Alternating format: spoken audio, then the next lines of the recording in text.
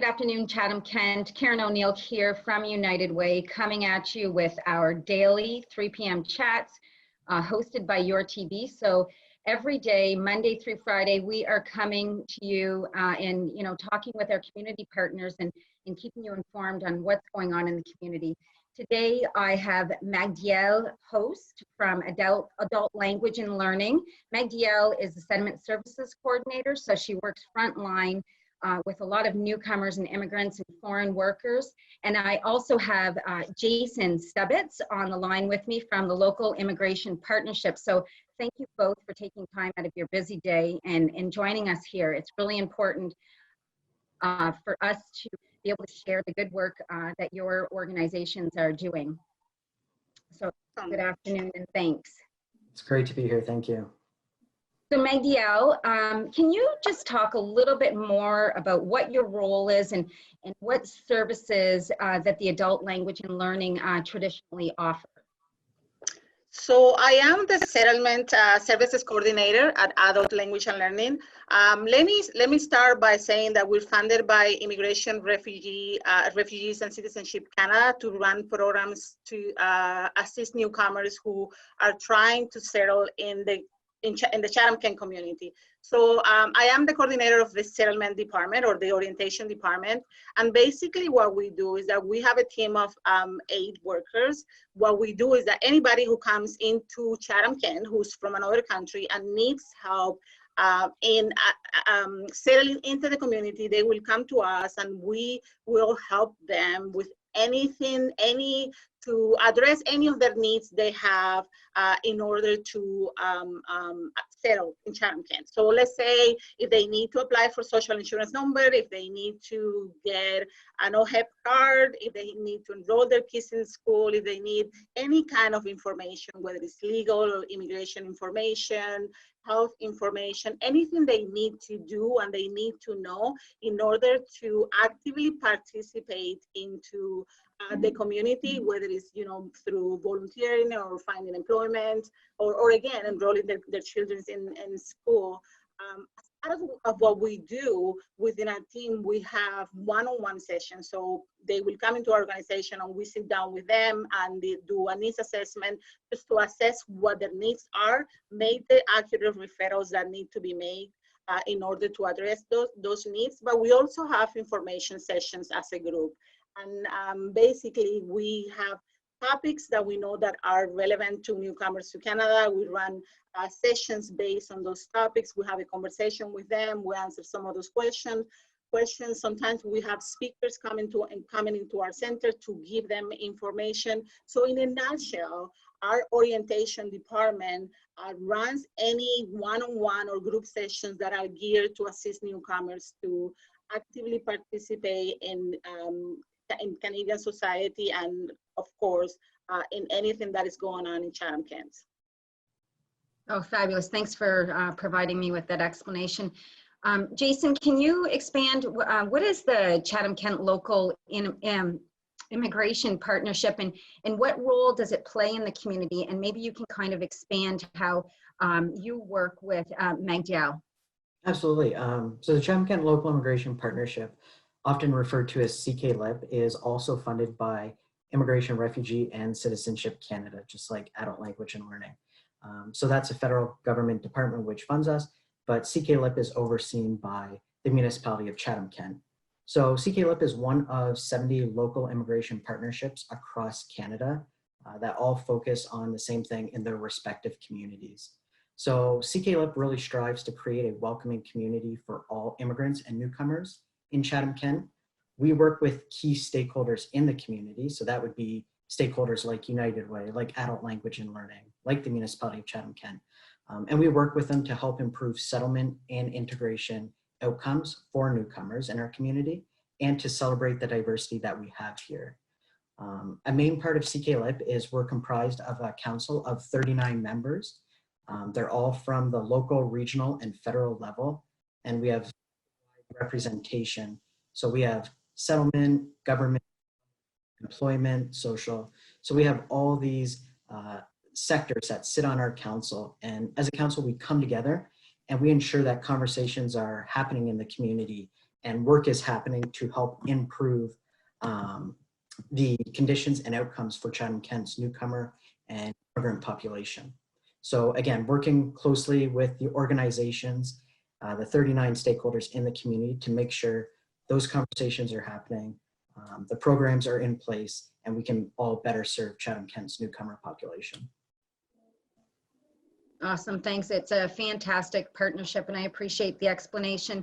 You know, in light of COVID-19 and social isolation, Miguel, how have services changed, and how is this impacting the clients that you're servicing? Yeah, we are still providing services, and let me say that, you know, when I start talking about what I do, what my job is, I'm specifically talking about our orientation program or settlement program, but as part of our funding from IRCC, we do have language classes, we have a pre-employment program, we have a newcomer youth program, and we also have support services that we provide to our clients to access our activities. Now, every single one of those programs have changed due to the COVID-19. I'm not going to speak about what they have done in details, but I can tell you a little bit of what we have done. Number one, our number one concern when all of this started was, how do we keep in touch with clients? Because we're talking about, you know, social isolation at the beginning. I like to call it physical isolation. Newcomers, as normally, we are a little bit isolated when we first come to Canada because we're trying to build that social network. And that happens when we go out, when we meet people, when we participate in community activities. Well, that is not happening right now. So our main concern was that isolation piece for our clients. So the way that we're trying to address some of that is that we are still open to services, not in person, but we're working with clients on the phone, through emails. We're having information sessions using video conference, different video conferencing platforms. We want to stay connected with them. And the other programs are doing the same thing. Like the language department have created a website where students can log in and work with the teachers and complete assessments all online. We're doing the same thing, just in a different way. And again, our main concern was to lose that contact with our clients, because sometimes for a lot of our families, the only contact they have is us. We are kind of like the liaison between them and the community. When we made those referrals, we're present in those conversations. If there is an interpretation need, we are communicating with case workers, with doctors, with constant communication between the clients and the service providers, and we didn't want to lose that connection there. So again, we're still opening, we're still receiving phone calls, we're still making referrals. Clients are connected with their workers, and new clients who are contacting us right now, we're doing the same needs assessment and the same referral process, only that we're using phone, emails, and video conference to accomplish that. We're all learning very quickly how to do things differently, aren't we? Yeah. So Jason, you talked about having 39 partners. How are you keeping the community informed in light of COVID-19? Absolutely. I think one of the main things right now is information sharing. I think the situation we're in, making sure that I can get information out to our council members who can also help get that messaging out to Chatham-Kent's immigrant and newcomer population. So as Miguel said, it's different times, but it's the same work. Our CKLIP Council continues to meet virtually instead of in person. So before this situation, we would meet every other month, and now I'm holding once a month update meetings virtually. So we're still making sure that we're meeting, those discussions are happening, and that information sharing is occurring. I'm keeping our 39 council members also up to date on recent developments through constant email communication. And again, that's just, I'll share that information, making sure it gets into those stakeholders' hands and they can share it out with their networks. And ultimately that helps reach the majority of Chatham-Kent's immigrant and newcomer population. What CKLIP is doing specifically that I think is really important is we're in the process of creating a COVID-19 specific web page. that we're going to put different resources on this web page. One of the main parts of that, though, is putting those resources in different languages. So having multilingual resources that our immigrant population can view. So it's great if we get that information shared and we have all this out there in English, but making sure that we have it out there in as many languages as possible to reach as many individuals as possible is very important. And you know, that is such an important point. And with the clientele that we work with, there is a lot of information in English and French, no doubt. You can find it anywhere. But when it comes to working with clients who English or French is not their first language, the information is not getting to them. And there is also information, and Jason has posted, and many organizations have posted different resources in different languages, but how are we getting them to our clients? That's the key. As part of what we have done also in adult language and learning is that, for example, we're having sessions in the languages that we know we have clients here, and and the languages that our workers are fluent in, and they can facilitate that conversation. We have created videos in Arabic to teach clients how to get Zoom, how to get a Gmail account, how to create a Facebook account, how to access all of these different social media platforms that they were not forced to use before, but now because of the nature of the work that we're doing right now, if they want to participate, if they want to ask a question, those are the only ways that they can connect with us.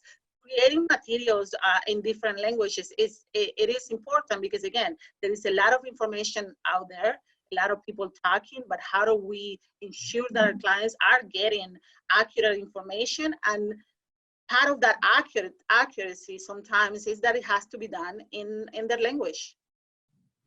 Well, that's a great point. And the key thing is that accurate information, right? A time where we want that accurate information to get across, that does mean sometimes those multilingual resources. So that's been a huge priority of ours. And I know the provincial government, the federal government, they've done a great job at making some of those resources available to us. So it's our job and the community's job to make sure we get that shared out and in the right hands. Kind of going off of that, our CK-LIP Facebook and Twitter pages, we're extremely active on those, and we're using those as our main way of sharing information. So we've been sharing information at the local level, provincial, federal.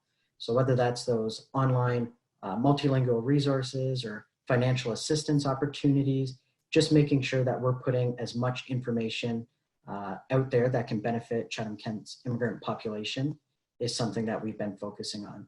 So going off of our social media channels, we have a monthly newsletter.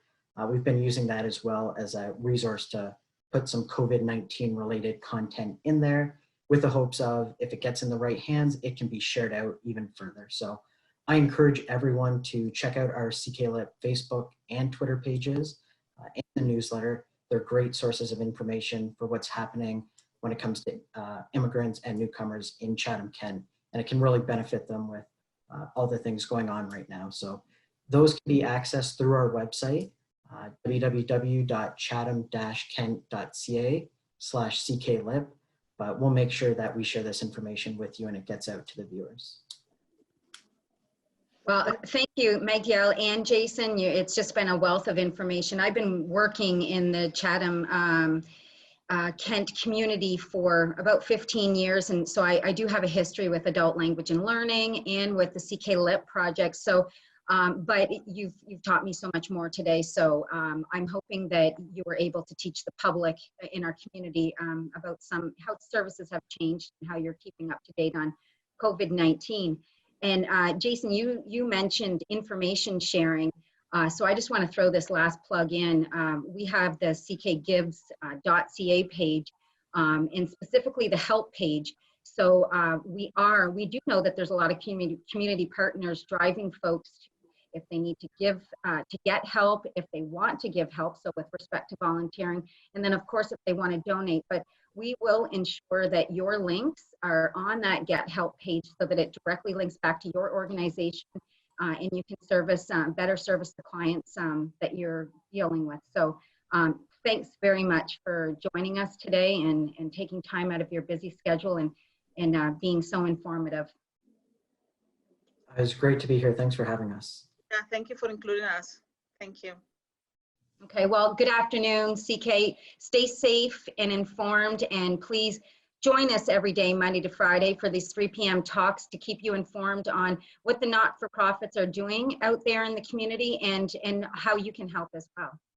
So good afternoon.